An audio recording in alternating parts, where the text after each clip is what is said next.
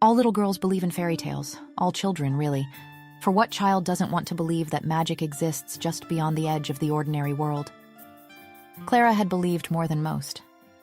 At 12 years old, she'd traveled to a land filled with candy and toys and fallen in love with a handsome king who promised to return for her.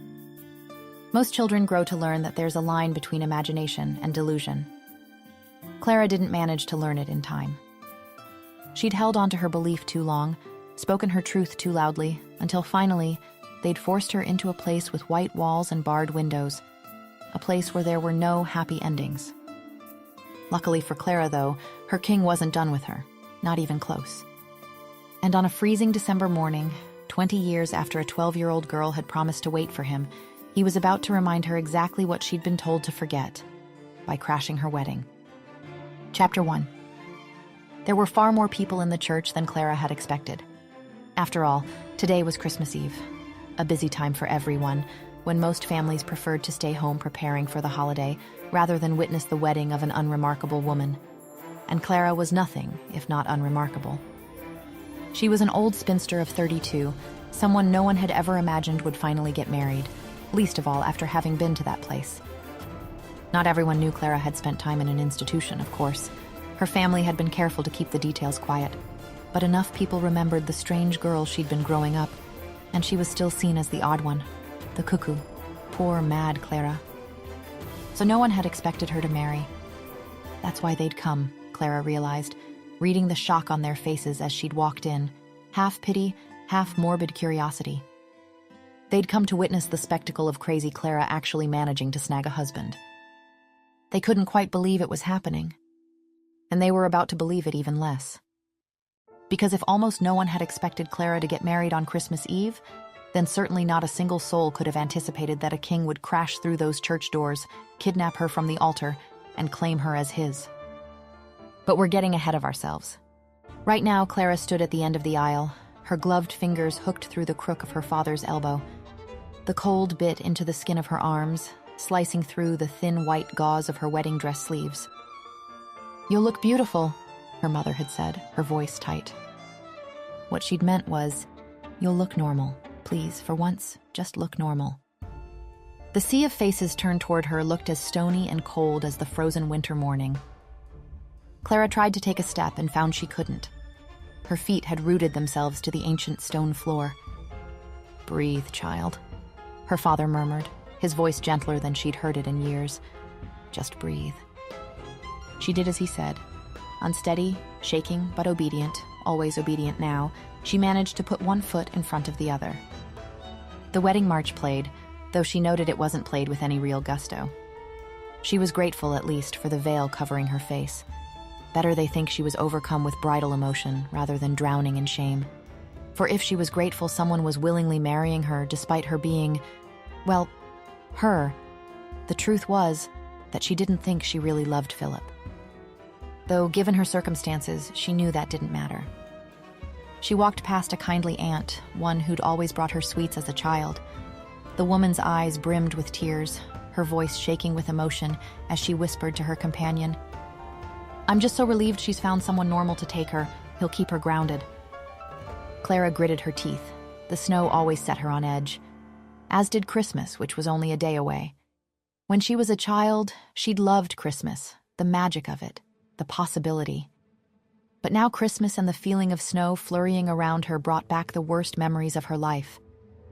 Windows with bars on them, her own screams echoing through chemical-smelling halls. She shuddered, forcing the memories back into their locked box. She'd left all that behind her. Today marked the next stage in her life. One of calm and peace. One of being normal. She'd reached the end of the aisle where the priest and Philip waited for her. Clara couldn't help but notice how her father's shoulders relaxed as he placed her hand into Philip's. Not my problem anymore, she imagined him thinking. Clara had always had an active imagination. Her parents had told her so, repeatedly, often with that worried crease between their brows. "Dearly beloved," the priest began, his voice sonorous in the cold church air. Clara struggled to focus on the words. They seemed to come from very far away, as if she were underwater. Philip had a kind face. She reminded herself of this. He held her hands gently. She felt incredibly grateful to him. He'd promised her a quiet life, and that was all Clara wanted anymore. To be left alone, to be safe. She forced herself to zone back into what was happening around her. Focus, be present, be normal. And if any person can show just cause why they may not be joined together, the priest intoned, his words echoing off the vaulted ceiling, let them speak now or forever, hold their peace. Silence. Of course there was silence. Who would object? Everyone wanted this marriage, her family needed it, she needed it. It was the answer to... The church's double doors slammed open with a sound like a gunshot. Snow and wind burst in, a flurry of white that seemed to carry its own light. And with it came a man. No, not just a man. A mountain of a man, broad-shouldered and powerful, covered in thick furs that made him look like something out of a storybook. But it was his face that stole Clara's breath. He was the most exquisite man she had ever seen. Strong jaw, high cheekbones, eyes that burned with an intensity she could feel even from across the church. Dark hair fell around his face, touched with snow. He looked wild and untamed and completely out of place in this proper English church. He looked like... I object! The stranger's voice rang out, deep and commanding, filling every corner of the church. Everyone in attendance jumped to their feet, shouting, gasping, demanding explanations. Her mother let out a small shriek. Her father was already moving toward the stranger, his face red with outrage. Philip's grip on her hands tightened painfully. But Clara stood perfectly still, unable to move. You object? She heard her father ask, affronted. And on what grounds?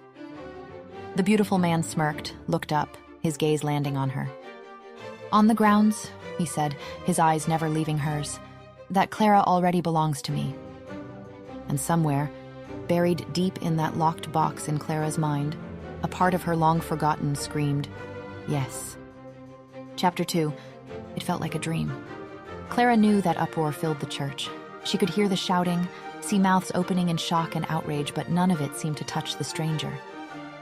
He was striding down the aisle as if the world bent around him to accommodate his passage, and impossibly, the snow still flurried around him as he walked, as if he'd brought winter itself inside the church. Clara felt like there was a thread in her belly, and the other end was tied directly to him, to that man. And with each step he took closer, that thread pulled tighter, reeling her in. It made very little sense. Who are you? She murmured silently amongst the chaos. The snow, the furs, his confidant movements, it was all so familiar. Then his eyes, brilliant blue, sharp as winter ice, locked onto hers, and for a heartbeat, 2, 3, they simply stared at each other across the chaos of the church. Clara is mine, he repeated, a command that silenced the church. She's always been mine. The spell shattered. Like an electric shock straight to her brain, Clara was suddenly terrified. This had to be another delusion, just like the ones she'd had when she was younger, the ones she'd been locked away for. Her illness was back. She was going crazy again. Philip, she called. Her voice came out meek and uncertain as she moved behind her fiancé. It couldn't be real, she decided. But then the stranger's eyes found hers again, his mouth curving in a smile so warm it could have melted the snow still swirling around him. What could this beautiful, powerful man possibly want with her? No, this had to be a dream. Men like him weren't real. Philip stepped between them, puffing his chest out in what might have been bravery if his hands weren't visibly shaking. Now see here, he attempted. You can't just... The stranger unsheathed a sword. Step aside, mouse, he growled through what looked like pointed teeth. Philip practically dove sideways. So now, Clara stood alone, the stranger advancing on her with that same confident stride. Her eyes darted around wildly, looking for something, anything, to defend herself with. In desperation, she bent down and yanked off one of her wedding shoes. The delicate white satin slipper felt ridiculous in her hand, but it was all she had. With all her strength, she hurled it at the man's head. He sidestepped it easily, effortlessly, and the delight that crossed his face was almost insulting. You're just as I remember, my Clara, he said, his voice rich with genuine pleasure. Well, except you're all grown up now. He added this last part with distinct approval, his eyes sweeping over her in a way that made heat bloom in her cheeks. His hand shot out and caught her elbow, not painfully but firmly, inexorably. "Unhand me, you brute," Clara yelped. The stranger gave a gravelly laugh that sent shivers down her spine, but not the bad kind, a devilish expression crossing those impossibly handsome features. Clara gulped. "That's it," he murmured, his voice dropping to something intimate that made her skin flush. "Show me that fire." Before Clara could process those words, the approval in them, the heat, he moved, sweeping her up in his arms, cradling her against his chest like a bride. Like his bride. "Put me down!" Clara shrieked. "Put me down this instant!" "As you wish, my love," he said, and she could hear the smile in his voice even as her family's shouts grew louder behind them. Just not here. The world dissolved into a swirl of magic and snow. When Clara's vision cleared, everything had changed. They were outside now. Her thin remaining shoe crunched in crisp snow. The air was sharp and fresh in her lungs. Her captor slowly lowered her to her feet, but he left no room between them. "Are you all right?" he asked, cupping her cheek gently. He was so warm despite the winter air, solid and real and familiar. Their breaths misted together in the cold air, and Clara had to tilt her head back to look up at him. His eyes were like winter skies, blue and intense and fixed entirely on her. "You don't remember me yet," he said softly. "But you will, my love." Then he stroked his thumb across her cheek and an image arose, blurry and dreamlike, more a sense of déjà vu than anything concrete. She'd been in this man's arms before. But when? She remembered dancing, round and round in circles, spinning until the world blurred. His deep laugh sounded in her ears as they whirled. Then the memory shifted and she was twirling in front of her mother. "He's so magical," young Clara said. Her face split with a grin so wide it hurt. "Mother, you should see him, he's—" Another shift. She was older now, a teenager, dancing again, but in the arms of her father at some formal ball. "He told me to wait for him." Teenage Clara whispered urgently. "Please, father, don't make me break my promise. He's going to come back. You'll see." One more lurch forward in time. She was 21 years old, fighting with her parents in her bedroom. They were trying to yank something out of her hands, something small and wooden, but she was holding tight. "It's not real, Clara," her mother shouted, tears streaming down her face. "It's just a toy. Give it to me." "No," Clara screamed back. "He's real. He's coming back for me. Clara?" A deep male voice interrupted. "Are you all right?" The present crashed back in with dizzying force. Clara's world tilted violently. She couldn't tell if she was 21 or 32, if she was in her bedroom or in the snow, if this man was real, or if she'd finally, irrevocably lost her mind. "Clara?" he probed gently. Her mouth was too dry to reply. The edges of her vision were going dark, tunneling down until all she could see was his beautiful, impossible face. A face she'd loved with all her heart. One that couldn't possibly be real. "I've got you," she heard him murmur. "I've always got you, my love." It was the last thing she heard before she fainted in his arms. Chapter 3. Clara's eyes blinked open. Twinkling snow flurried and settled around her, each flake catching the light like tiny diamonds. She closed her eyes again, certain a dream was still clinging to her consciousness. But when she peeked them open once more, the impossible world around her remained. She pushed herself up to sitting, her mouth dropping open in awe. Giant red and white candy canes towered around her like ancient pillars, each one taller than 3 men standing on each other's shoulders. And despite the snow glittering like icing on a wedding cake, she wasn't cold. She poked her tongue out and giggled in disbelief when she caught a falling flake. It was sweet. It was icing sugar. Rising unsteadily to her feet, she took in more of her surroundings. Around her stood rows of toys. Miniature toy soldiers with rosy cheeks, mechanical dancers, gingerbread men with gumdrop buttons.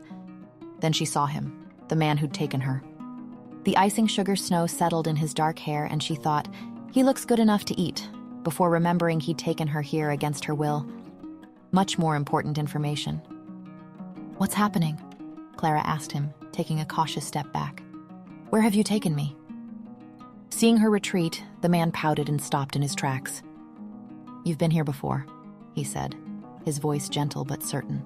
"In my cursed realm, you were 12 and you promised that you'd wait for me." Clara almost choked. "That doesn't make any sense," she said. "And even if it were true, you can't very well expect a 12-year-old to keep their promise." His mouth curved into a smile that made her stomach flip. "You were quite adamant, Clara. Of course I believed you." He paused, adding with astounding sincerity, "I'd trust you with my life, even at 12. Clara shook her head, taken aback. He sounded so earnest. "That can't be," she said. "Besides, this place, I'd remember if I'd been here. It is rather memorable." She gestured at the gingerbread men, making her kidnapper snort. "Let me show you around," he said, extending his hand. "Perhaps it will help you remember." He started walking toward her, each step deliberate and unhurried. Clara found herself backing up until her shoulders hit something solid. A candy cane, she realized distantly. "Please, Clara," he asked with eyes that held such hope that Clara found herself smiling before she could think better of it. "Who are you?"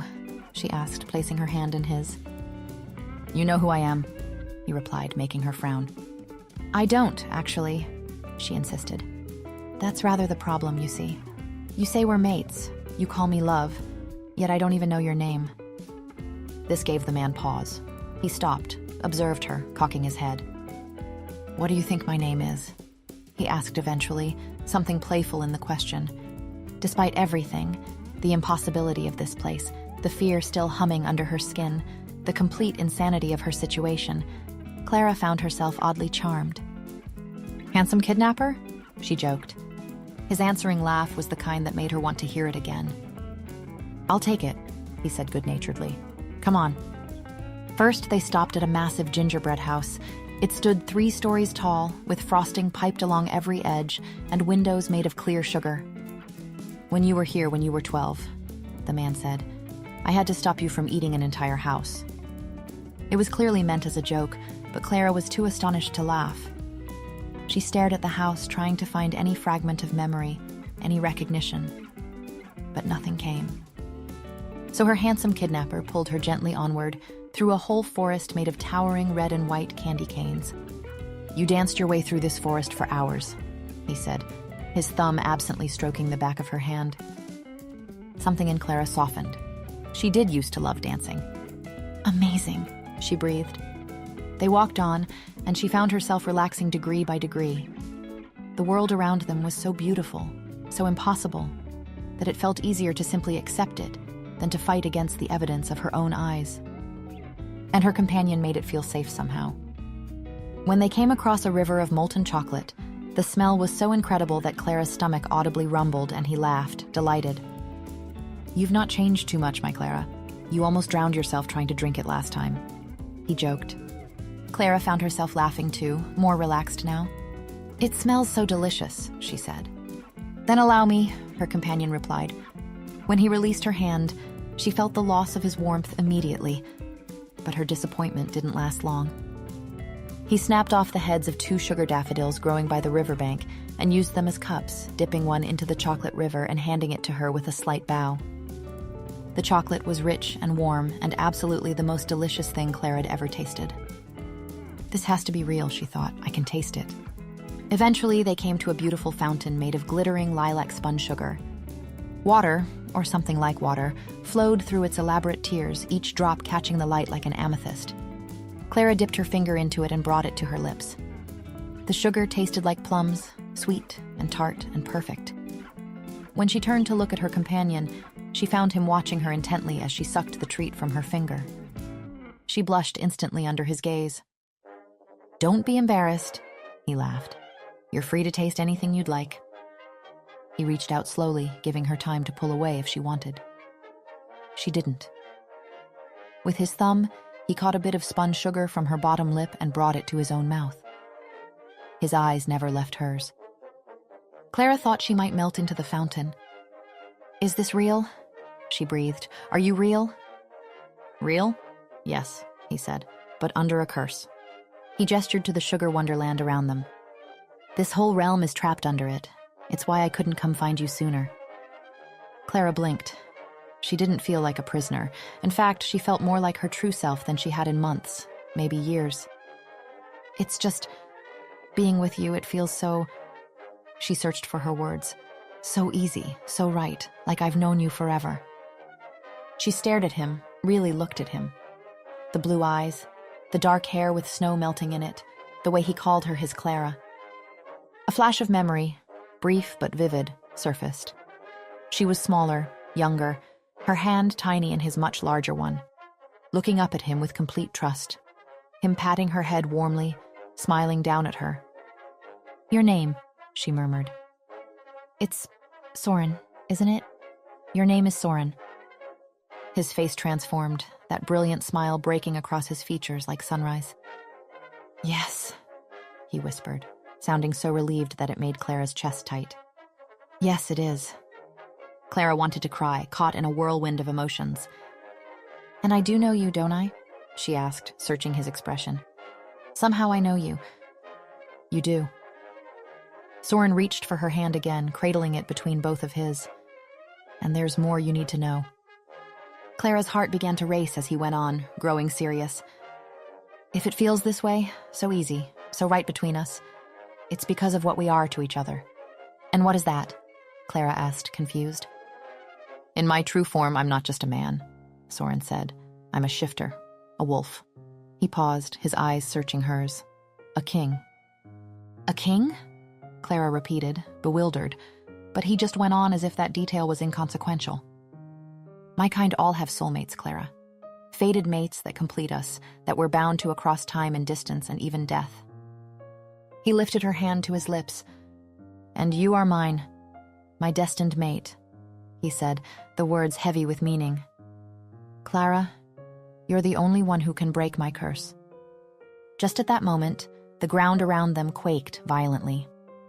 The fountain shattered, covering them both in sticky spun sugar and plum-flavored water. Soren was on his feet in an instant, his sword already drawn. "They've found us." Clara looked up and yelped. Pouring from between the candy canes, emerging from behind gingerbread houses, swarming from every direction were mice. Their eyes glowed red in the candy-colored light, and before Clara's horrified eyes, one of them began to change, its body stretching and twisting, until a man stood where the creature had been. "This mouse just turned into a human!" she screamed uselessly. "Yes," Soren nodded. "They're shifters too, except they turn into mice, not wolves." Clara gaped. This couldn't be happening. This sounded like a bad joke, or a children's story.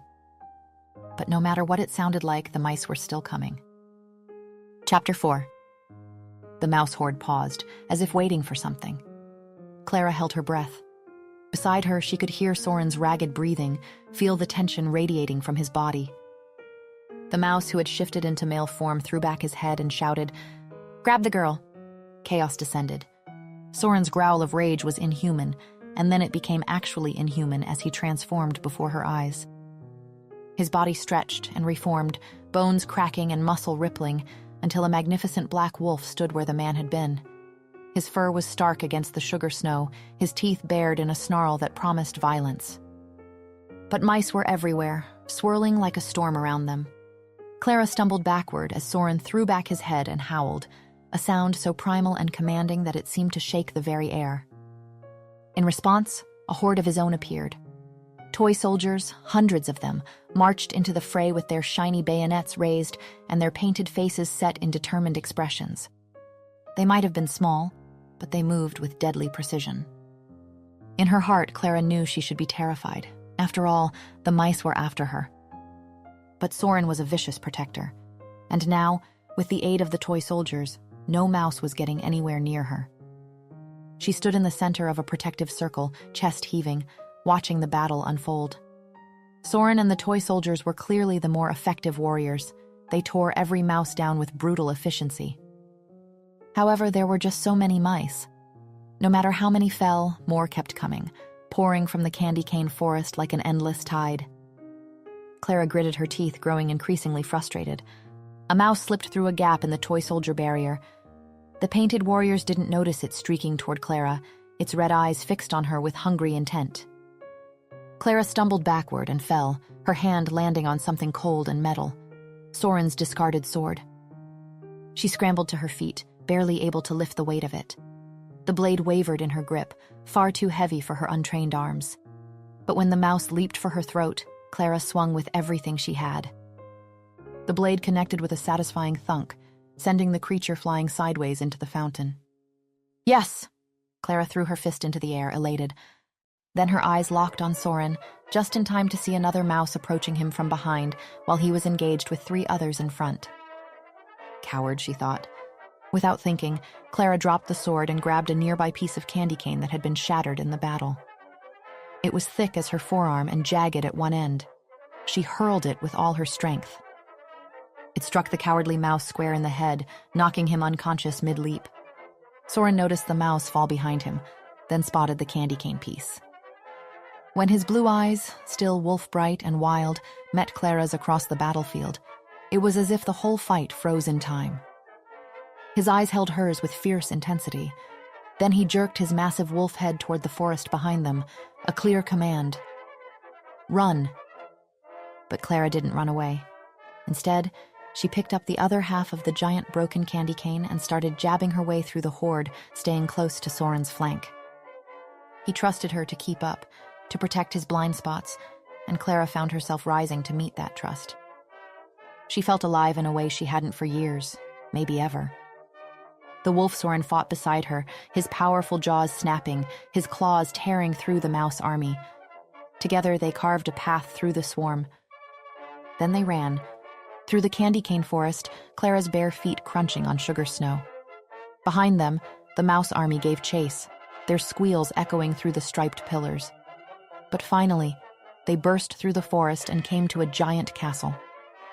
It rose from the sugar snow like something from a storybook, all spires and turrets made of what looked like hardened caramel, with windows of spun sugar catching the fading light. They ran through the open gate. The moment they crossed the threshold, an iron portcullis dropped behind them with a resounding clang. Clara leaned against the castle wall to catch her breath. Her heart hammered against her ribs. Her wedding dress was torn and stained. She'd lost her remaining shoes somewhere in the forest. And she'd never felt more herself. Beside her, the great black wolf panted heavily, his tongue lolling. His blue eyes, so unmistakably Soren's even in this form, watched her with concern and pride. Chapter 5. Inside the castle, Clara stood before a fireplace so enormous she could have walked into it without ducking.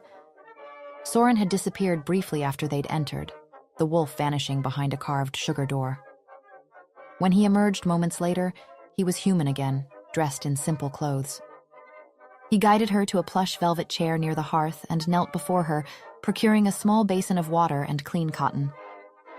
He dampened one piece and brought it to the scratch on her cheek. This close, she could see flecks of silver in his blue eyes, and it did things to her, ignited a fire within her heart she'd thought long extinguished. "I was a fool, Clara," Soren said quietly, almost ruefully. "I live by duty and honor. Foolishly, I always expected others to do the same." He dabbed at her cheek again, his movements careful and precise. "Centuries ago, there was a princess in a neighboring kingdom. Perlipat was her name. She was beautiful beyond measure, but vain and cruel in equal proportion." His jaw tightened. Soren brought her to stand before an enormous portrait hanging above a side entrance. Clara stared up at the woman depicted there. She was breathtakingly beautiful. Golden hair, perfect features, elaborate gown.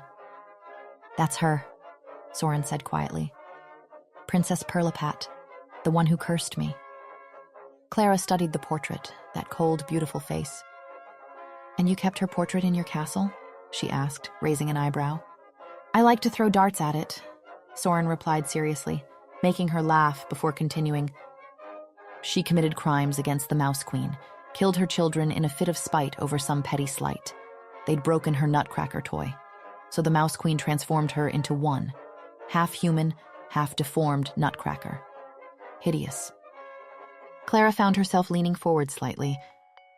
Perlipat's father was desperate. He sent word to every kingdom begging for help. The curse could only be broken by someone who truly loved her, who would marry her despite what she'd become. Soren set down the cotton and met Clara's eyes. "I was young, idealistic. I believed in the power of duty and honor above all else. I thought, I thought my commitment would be enough. That offering myself in service to break an unjust curse would count as the love required. But it didn't? Clara asked softly. No. Soren's expression grew bitter. When the moment came, when I stood at the altar ready to fulfill my promise, she refused me. For the curse had already started to lift due to my commitment, you see. She said I was half-beast, and that she would never bind herself to someone so beneath her. Clara's breath caught. But if the curse was breaking, she began. It was half broken, Soren said. The magic was unstable, and it fell onto me, onto my entire kingdom. He gestured around them, at the candy castle, the sugar snow still falling outside the windows, the impossible Toyland realm. Everyone I'm sworn to protect, every member of my pack, my court, my people, they're all trapped here, frozen as toys and sweets, living but not truly alive. Soren rose from his knees and moved to sit in the chair opposite Clara's, though he didn't go far. Only my mate can break the curse, and because I'm stuck in time, she reincarnates across lifetimes, he said, his voice dropping to something intimate and raw. I've been searching for you for centuries, Clara. Lifetimes where I never found you in time, or where you died before we could meet, or where I was trapped in Nutcracker form and couldn't reach you. Clara held her breath. Then 20 years ago you found me, Soren said, taking her hand.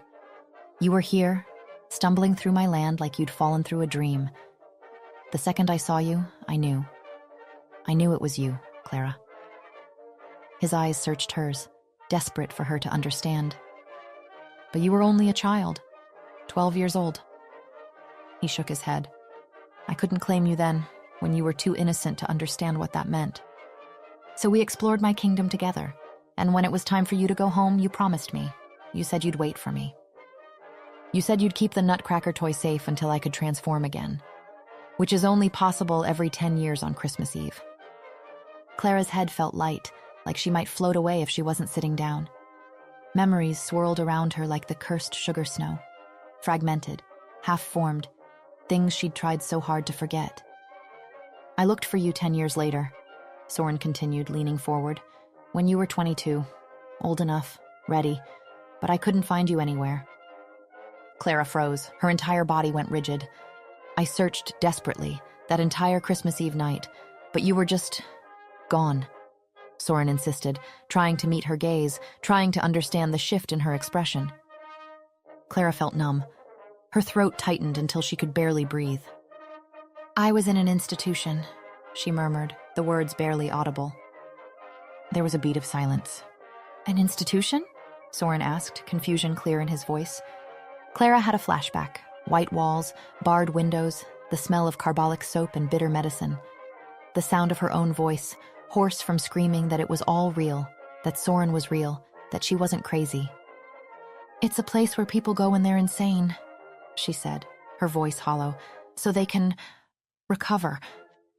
Insane? Soren repeated, affronted. But why would they send you somewhere for people who... He paused. His eyes widened briefly. Clara, he said softly, reaching for her hand. She blinked away tears that had gathered without her permission. Most people never come out of there, she said, looking at their joined hands. Once they think you're crazy, it's almost impossible to prove to them that you're not. And my parents knew that. But they sent me anyway. Soren's face crumpled. He bowed his head over her hand, bringing it to his lips. When he looked up at her again, his eyes were bright with unshed tears. I'm sorry, he whispered, his voice breaking. I'm so sorry, Clara. I should have thought of that. I should have told you to keep it a secret. I should have protected you better. This is my fault. No, Clara said quietly, but though she didn't withdraw her hand from his, her mind was already drifting. In her head, she could see the Nutcracker toy, wooden and painted, with a kind face and a soldier's uniform.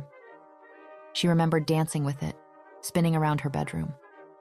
But the memory felt more like a dream she'd once had than something real. The weight of everything crashed back down on her. Everyone has been telling me I was crazy since I was 12, she murmured. And now you're telling me it was all real, and I want to believe you, Soren. I do, but it sounds too good to be true, is what she didn't say. It sounds like the hope she'd long learned to bury and the dreams that died with her the day they locked her up.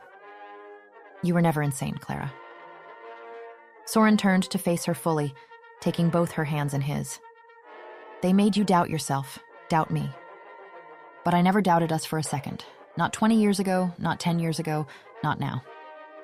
He sounded so certain, so absolutely convinced, and Clara was filled with an overwhelming desire to fall into his arms, to believe him. Because she'd felt this before, this certainty, this joy, this feeling of finally being right. And every single time, she'd been punished for it. If she knew one thing with absolute certainty, it was that she couldn't go back. She couldn't go back to her parents' rejection, to the doctor's judgment, the days of isolation in dark rooms. She would rather die than go back. And this feeling of rightness, of love, this was exactly the kind of delusion that would send her back. I can't, Clara pulled away, wrapping her arms around herself. Soren, this is a breakdown, and even if it isn't... She interrupted herself, really wishing it wasn't, that it was all real. I'm getting married, she said in a weak voice. I have a life. Soren's expression shifted to urgent desperation. When Clara actually yanked her fingers from his grasp, when he felt her slipping away, the words burst out of him without thought.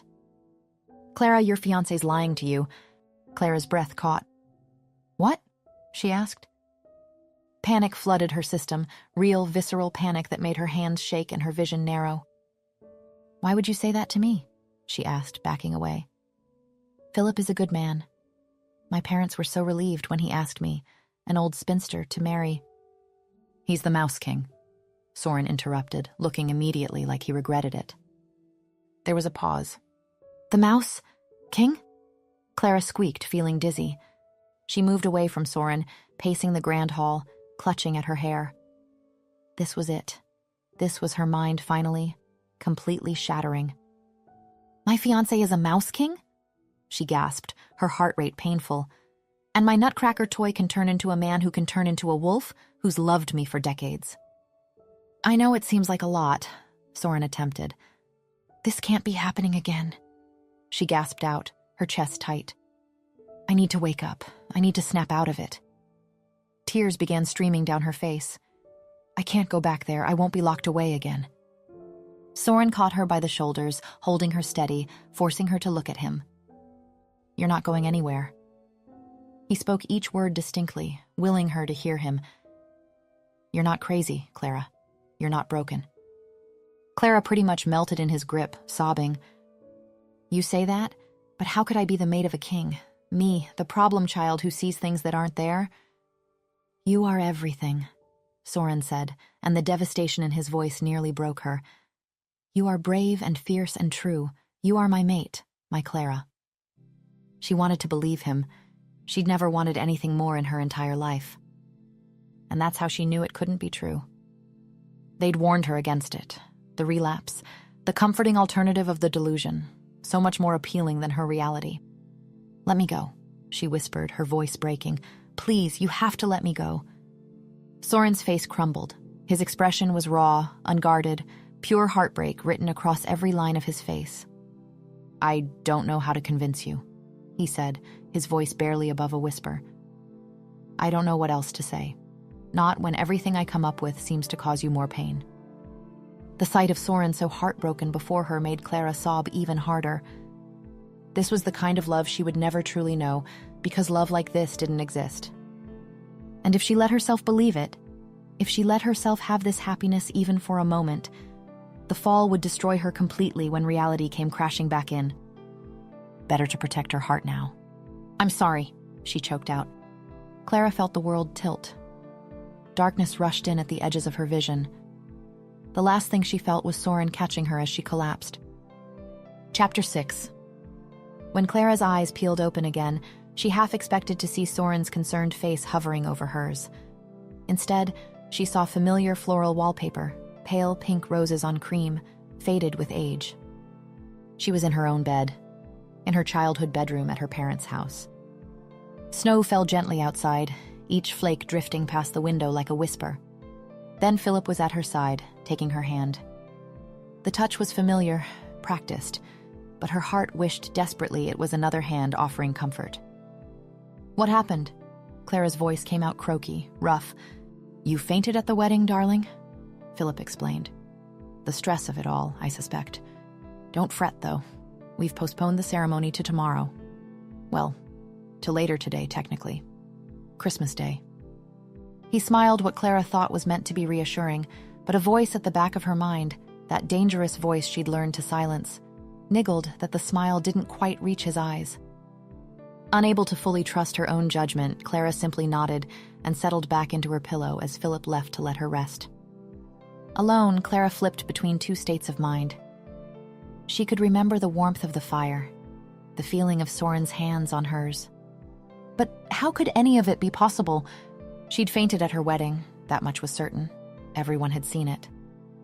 And fainting could cause vivid dreams, couldn't it? That made sense. She'd had a dream, that's all. The alternative, that she'd actually been kidnapped to a magical realm by a wolf-shifter king who claimed she was his soulmate, that was insane. A knock at her bedroom door made Clara drop her hands. Her mother entered, carrying a cup of tea on a delicate saucer. "Here, darling, for your nerves," she said, handing her the cup. "How are you feeling?" Clara knew she had to choose her words carefully. "A little confused," she said. Her mother nodded, biting her bottom lip, a nervous habit Clara had inherited. "That's to be expected. It's essential you rest. The wedding is later today and we need you well." Clara stared down at her tea, watching steam curl up from the surface. "Mom, when I was little," she hesitated, "what made you think it was a good idea to lock me up in that place?" Her mother tensed. "Honey, we talked about this," she began. "No, we haven't," Clara said. "Not since I came out. And when I came out, everything from before was blurry, including the very reason why I was locked up to begin with." "I wish you wouldn't say it like that," her mother said, looking away. "Like what?" Clara frowned. "Locked up," her mother repeated. "You make it sound so medieval, gloomy." Clara held back a scoff. It had been gloomy, to say the least. It had been terrifying, isolating. "So why did you send me there?" she said softly. Her mother's face crumpled slightly. She sat on the edge of Clara's bed, setting down the tea. "You were 12 when it started. That Christmas when you received the Nutcracker toy." Her mother's voice grew distant with memory. "At first we thought it was just imagination. You'd always had such a vivid one. But then you started insisting he was real, that you'd traveled to a magical kingdom." Clara's breath caught. Flashes of memory, not dreams but memories, flickered through her mind. "You wouldn't let go of that toy," her mother continued. "You slept with it, ate with it, talked to it for hours. And when we tried to suggest it was just pretend, you became distressed. By the time you were 15, you were still waiting for him, still insisting it was all real. The doctor said it was a break from reality, that if we didn't intervene..." She trailed off, tears in her eyes. "Don't give the Nutcracker another thought," she said finally. "He doctors said stress could trigger relapses." Her eyes pleaded with Clara to understand. Clara forced herself to nod slowly. "You're right," she said quietly. "It seems so foreign now." Relief flooded her mother's features. "What happened to it?" Clara asked, hiding her clenched fists beneath the blanket. "Did you throw it away?" Her mother was clearly taken aback by the question. "It's at your grandmother's old house, I believe." She reached out and took Clara's free hand, squeezing it. "Clara, I'm worried about you. Leave it in the past, darling. Tomorrow, today rather, your future begins. A good future. A normal one." She patted Clara's hand one more time and left, leaving Clara to swallow grief so profound it made her chest ache. So it was true. She was crazy, had always been crazy. Soren was just a stress-induced hallucination. She should be relieved that she'd so quickly fought off her relapse, relieved that she could still marry Philip. But all she felt was hollow, empty, like something vital had been carved out of her chest. Clara set down her untouched tea and pulled her knees up to her chest, wrapping her arms around them. Tears slipped down her cheeks. She didn't bother wiping them away. And then she heard the doorbell chime downstairs. "Oh, I'm so happy you could join us." She heard her mother's voice, bright and welcoming. "Of course you're welcome to stay in our home." Curious despite her grief, Clara crept out of her bedroom and moved to the top of the stairs. A voice drifted up, cultured, refined, but with an edge like frost. "I wished I could have been at the ceremony, but I was waylaid by the snow," it said. "Thank heavens it's been moved. It's for the best, really. Now I shall see my darling brother say his vows in person." Clara strained to get a glimpse of their mystery guest. She leaned forward, and her footstep made the top step creak. Her mother spotted her immediately. "Ah, Clara, you're out of bed. Come, Philip's sister has arrived." Sister? Clara didn't remember Philip mentioning a sister, or perhaps only once, in passing. Clara padded silently down the stairs as her mother took the woman's coat. All Clara could see was the woman's back, an elegant figure in a deep blue traveling dress, golden hair pinned in an elaborate style. She was just stepping off the bottom step when the woman abruptly turned to face her. Time seemed to stop. The golden hair, the perfect features, the cold, calculating eyes. Clara knew this woman. It was the woman from the painting that Soren had shown her, the portrait hanging in his castle. The woman standing in front of her now, Philip's sister, was Princess Pirlipat. Chapter 7. The woman's eyes swept over Clara with icy assessment, taking her measure. Then, just as quickly, her expression transformed into a wide, warm smile. "How lovely to finally meet Philip's bride," she exclaimed. But Clara had seen that first look, that flash of cold calculation. This was Princess Pirlipat. She'd seen her portrait mere hours ago. When she closed her eyes, she remembered it perfectly. How could she dream of it, imagine it, when she'd never met Philip's sister before? Did that mean... Her heart began to hurt in her chest. Could there be hope? Could Soren be real? Everything he'd said back there in the cursed kingdom, was that real? If so, Clara had left him there alone and heartbroken. She tensed, tried to keep her calm. One thing for sure, she had to keep a close eye on Pirlipat, Philip's sister, whatever her name was. If this newcomer was indeed the princess who'd gotten Soren curse, surely her being there wasn't a coincidence. Clara forced herself to move, to act normal even as her mind raced. "Thank you so much for coming," she exclaimed, stepping off the bottom stairs. "Philip will be so pleased." Clara hoped desperately that the princess couldn't sense her thundering heartbeat, couldn't feel how her hands shook. Was she a shifter too? Soren hadn't said. But Pirlipat seemed to hate being touched. She pulled away quickly, smoothing down her dress with a delicate shudder. Right. Clara needed to be smart about this. She'd been fooled before, fooled into thinking her truth was delusion, fooled into doubting herself. This time, she needed evidence. Real, undeniable proof before she did anything rash. And she needed it sooner than later. While her mother, oblivious to the danger, invited Pirlipat into their sitting room for tea, Clara excused herself to get dressed. In her room, she threw off her nightdress and pulled on a thick wool dress as quickly as possible. She didn't want to miss the opportunity to observe Philip and Pirlipat together. She flew out of her room but stopped dead at the top of the stairs. That cold voice was whispering below, hushed but harsh, each word clipped with barely controlled fury. Clara crept down the stairs and peered between the banister spindles. There, huddled by the front door away from where Clara's mother was preparing tea, stood her fiancé and the princess.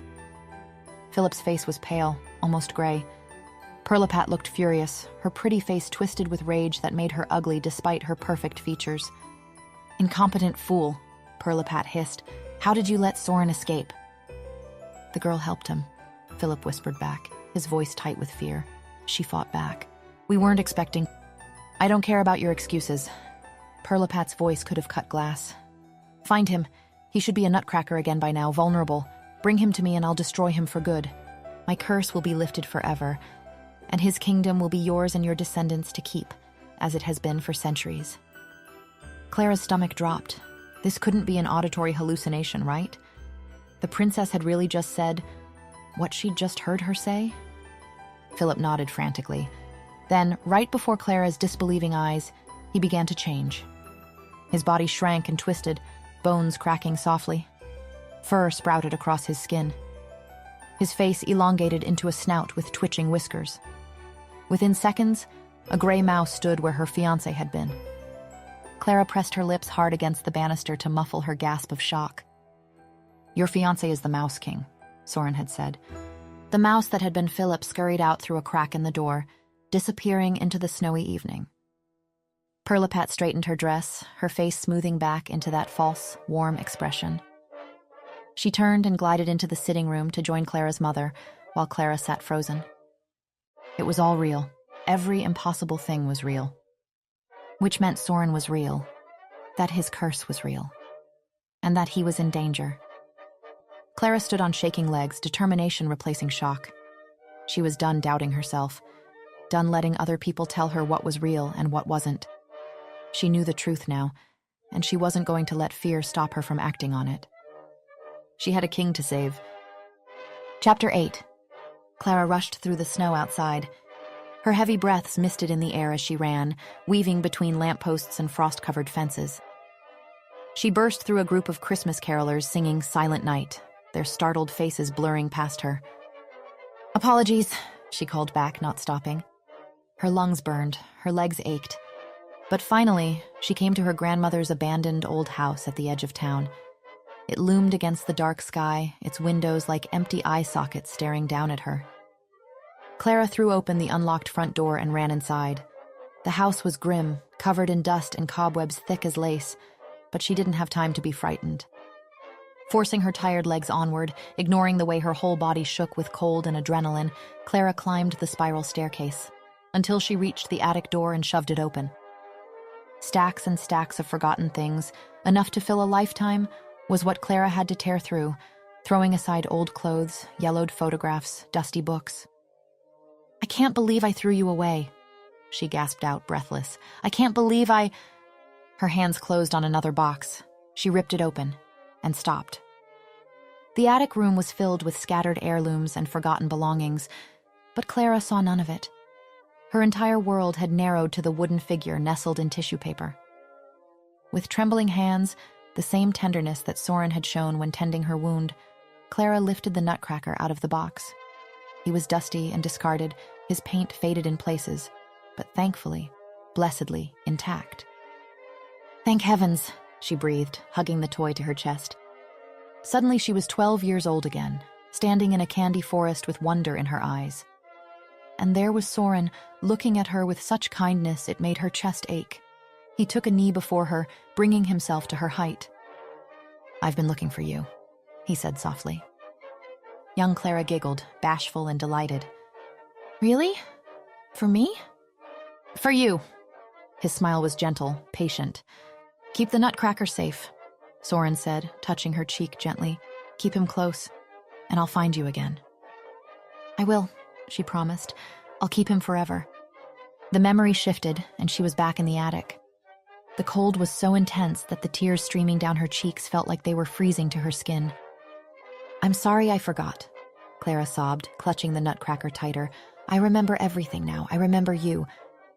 A creak of floorboards cut her off, making Clara startle. Philip and Perlipat stood in the attic doorway, their faces set with grim determination. "Hello, darling," Philip said, lips curved in a cold smile. Clara rose to her bare, frozen feet, her heart hammering. "How did you find me?" she asked, making Perlipat roll her eyes. "We followed you here, obviously," she said, stepping further into the attic. "Did you think we'd let you just walk out of that house? We wanted you to run, wanted you to lead us straight to the king." "It was a trap," Clara whispered, horror dawning. "You knew I was listening. You knew I'd go find him." She'd been such a fool, so desperate to prove she wasn't insane that she'd played right into their hands. "Give us the Nutcracker, Clara," Perlipat snapped. "We will spare you." They stepped forward. The floorboards creaked ominously beneath their weight. Clara took in Philip's face, the man she'd almost married, who she'd been so grateful would overlook her troubled past. "For a mouse," she said, her voice surprisingly steady despite her terror. "You're not very quiet." Philip's expression twisted with venom. "My love, you are quite insane. Seeing enemies all around you." He took another step closer. "Come with me now while you still can, before you hurt yourself." The implication was clear. the institution, the locked doors. A few days ago, that threat would have worked. But Clara's thoughts were clearer than they'd been in 20 years. She knew herself now, knew what was real and what wasn't, knew that she'd been right all along. "You don't scare me," she said, rising. "It may have worked when I was younger, when I was foolish enough to doubt myself. But I know who I am now." For a moment, nothing happened. Pirlipat and Philip simply stared at her. Then Pirlipat laughed, a cold, cruel sound, and Philip transformed in a blur of motion, his body contorting grotesquely halfway between man and mouse, his teeth elongated into yellow fangs, his fingers curved into claws. He lunged at Clara with inhuman speed. She tried to dodge, but he was too fast, but his clawed hand caught her wrist, twisting viciously. The Nutcracker tumbled from her grasp. "No!" Clara dove for it, but Philip kicked it away, sending it skittering across the attic floor toward Pirlipat. The princess bent down to examine it with cold satisfaction. "Finally," she mused, triumphant. "Finally, my torment ends." Clara struggled against Philip's grip, his claws digging into her shoulders. "Please," she gasped, staring at the Nutcracker in Pirlipat's hands. "Please don't—" "Don't what?" Pirlipat's smile was vicious. She raised the Nutcracker high above her head and smashed it against the floor with all her strength. "No!" Clara's scream tore from her throat, raw and agonized. Pirlipat brought her heel down on the broken toy. "Please don't," Clara begged. Pirlipat smirked and pressed down her heel, grinding the toy beneath her shoe. Wood splintered, paint chipped away. "There," Pirlipat said with satisfaction. "Now it's truly over." The Nutcracker had been shattered into pieces. Clara's heart sank, taking it all in. When Philip released her, she collapsed onto the floor, crawling desperately toward the broken pieces. Her hands shook as she gathered them, an arm here, a leg there, and his head, cracked but still recognizable. "Enjoy what's left of him, Clara," Pirlipat cooed mockingly. She and Philip stood back, victorious. They'd won. The Nutcracker was destroyed. There was no threat left. They moved toward the attic door, already dismissing Clara as no longer relevant. Meanwhile, Clara clutched her head to her chest, sobbing. "I'm so sorry," she whispered to the broken toy. "I'm so sorry I didn't wait for you. I'm sorry I lost faith." Her voice broke on a sob. "I was so scared of being broken again. So terrified that if I believed in you, in us, they'd lock me away forever. But I should have trusted myself. I should have trusted our love." She pressed the wooden head against her heart. "I don't care that you're in pieces or that you're gone. I will love you fully for the rest of my life, Soren. You are my soulmate. You belong to me, and I belong to you. Broken or whole, alive or wood, I am yours, always." The words came from the deepest part of her soul, a simple truth she'd finally accepted. "I believe in you," she whispered. "Forever." For a heartbeat, nothing happened. Then the wooden head in her hands began to glow. Light burst from the broken pieces. Brilliant, blinding, beautiful.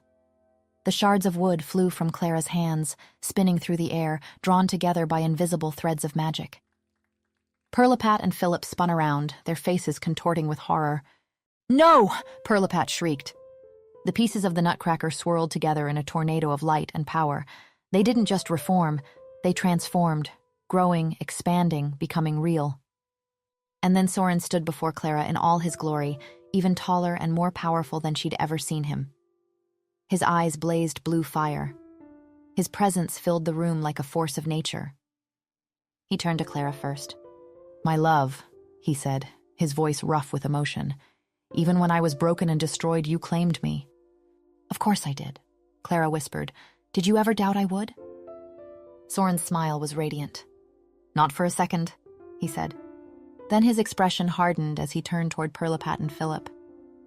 The Mouse King lunged at Soren in his grotesque, half-transformed state, all teeth and claws and desperate rage. But Philip was no match for Soren now. The fight was brief and brutal. Soren moved with devastating precision. Within seconds, he had Philip by the throat. Clara heard his body hit the snow-covered ground far below with a sickening final thud. Then an ungodly scream filled the attic. Clara and Soren both turned to see Pirlipat transforming, but not into a mouse, into something far worse. Her skin was hardening, turning brown and grainy. Wood. She was becoming wood. Her beautiful features froze in an expression of terror and rage as her flesh solidified into carved lines. The curse was returning to its original host. "My king!" Pirlipat gasped, her voice strangled as her throat began to stiffen. "Help me, please." But Soren regarded the cursed princess with cool detachment. He'd learned his lesson about misplaced honor. "You made your choice centuries ago," he said quietly. "Now live with it." Pirlipat's screams were cut off as her lips solidified into painted wood. Her eyes went glassy and fixed. Her body locked into the rigid pose of a disproportioned, horrifying Nutcracker doll. Clara fell to the floor, the world spinning. The curse was complete. The circle was closed. "My Clara," she heard Soren say. "The curse is broken and the world needs to rearrange itself. But fear not. I shall find you when it is done. No matter what happens, you are mine, and I am yours." She heard him say that, and then Clara knew nothing more. Epilogue. When Clara's eyes blinked open and she saw familiar floral wallpaper, for a heart-stopping moment, she thought it was all a dream. The attic, the confrontation. Soren bursting free from the curse. Her chest tightened with grief so profound it felt like drowning. But then she heard a commotion downstairs that pulled her from her moment of despair. Voices, her mother's, high and fluttering with nervousness. And then words that made Clara's breath catch. "Your Majesty, we're honored by your presence. It's been so long since we've heard anything from your kingdom." "Your Majesty." This time Clara didn't creep down the stairs with her heart in her throat. She ran. Not caring that she was in her nightdress, hair wild and uncombed, Clara flew down the staircase. But she stopped short at the bottom step when she caught sight of him. Soren stood in her family's modest parlor, and he was magnificent. He wore full royal regalia with the same easy confidence he wore everything else, natural as breathing. Her father stood slack-jawed, staring at the king like he'd walked out of a storybook. Her mother was scrambling for conversation, her hands fluttering nervously. "King Soren, your kingdom, we've all been so relieved to hear that the troubles have been resolved," she said. Clara frowned, confused. But then her mind adjusted and she understood. When the curse broke, it had lifted from everyone's minds too. And now, the whole world would remember that Soren's powerful kingdom had always existed. The lost years were somehow restored to collective memory, the curse's erasure undone. "Clara?" Soren's eyes found hers and everything else ceased to matter. Clara's mother's mouth opened as if to offer some reproach for Clara appearing before royalty in her nightgown, but the sheer radiance of Soren's expression stopped her short. Pure joy blazed across his features, unguarded, overwhelming, beautiful. Soren crossed the room to Clara in 3 long strides and bowed before her, not a slight inclination of his head, but a deep, reverent bow that made her father gasp audibly.